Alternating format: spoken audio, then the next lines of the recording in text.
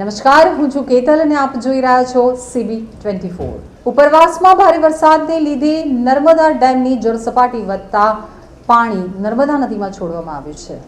મળતી માહિતી મુજબ હવામાન વિભાગની આગાહીના પગલે રાજ્યમાં વરસાદી માહોલ વચ્ચે 206 જળાશયોમાં 64% જળ સંગ્રહ થયો છે, ત્યારે રાજ્યની જીવાદોરી સમાન સરદાર સરોવર ડેમમાં 88% જળ સંગ્રહ થયો છે।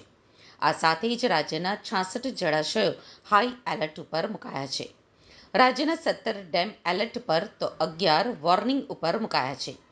રાજ્યભરના 52 ડેમ 100% પાણીથી ભરાઈ ગયા છે, તો 42 ડેમ 70થી 100% પાણીથી ભરાયા છે। તો બીજી બાજુ અન્ય જિલ્લામાં વરસાદ નહિવત પ્રમાણમાં વરસતા 23 ડેમો 50થી 70% ભરાયા છે। રાજ્યમાં ફરી એક વખત વરસાદી માહોલ જામ્યો છે। ઉત્તરથી લઈ દક્ષિણ ગુજરાતમાં મેઘરાજા મહેરબાન થયા છે।